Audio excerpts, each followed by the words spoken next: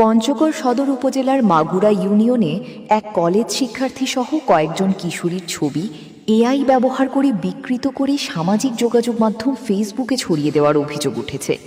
এই ঘটনার প্রতিবাদ জানাতে গিয়ে ভুক্তভোগী পরিবারের সদস্যরা হুমকি ও মারধরের চেষ্টার মুখে পড়েছেন বলে অভিযোগ করেছেন এলাকাবাসী। এর প্রতিবাদে মানববন্ধন ও বিক্ষোভ কর্মসূচি পালন করা হয়েছে। সোমবার দুপুরে মাগুরা ইউনিয়নের দলুয়া বাজার এলাকায় মাগুরা প্রধান পাড়া এলাকাবাসীর উদ্যোগে ঝলই রজলি সড়কের দুই পাশে প্রায় 1 ঘণ্টাব্যাপী এই মানববন্ধন কর্মসূচি অনুষ্ঠিত হয়। এতে ভুক্তভোগী পরিবারের সদস্যসহ স্থানীয় বাসিন্দা ও শিক্ষার্থীরা অংশ নেন। আপনারা অবগত আছেন, এই তহিদুল ইসলাম নামে যে ফেসবুকে যে সমস্ত উদ্ভট ছবি দিয়েছে এবং আমাদের এখানে মাগুরা প্রধান করে একটা স্বনামধন্য গ্রাম, একটা ইউনিয়ন, আমাদের স্কুলে অনেক ছাত্রছাত্রী প্রতি বছর এখানে বের হয়। কিন্তু দুঃখের বিষয়, এই ছেলেটা এর আগেও অনেক ঘটনা ঘটিয়েছে।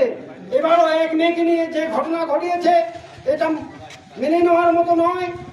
আমি সাংবাদিক তথা উপস্থিত সকলের প্রতি আমার দাবি, প্রশাসনকে আমি বিনীত অনুরোধ করতেছি, ওই তহিদুল ইসলামকে আইনের আওতায় এনে তাকে দৃষ্টান্তমূলক কঠোর থেকে কঠোরতম শাস্তি দেওয়ার জন্য আমি সকল মহোদয়কে বিনীতভাবে আবেদন করছি।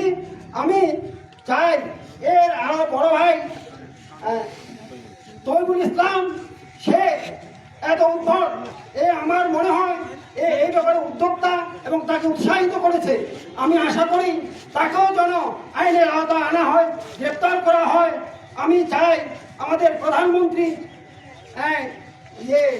তারেক রহমানের দৃষ্টি আকর্ষণ করছি, উনি যেন প্রশাসনকে দৃঢ়ভাবে বলে যে আইনের আওতায় এনে তাকে যেন দৃষ্টান্তমূলক শাস্তি দেওয়া হয়।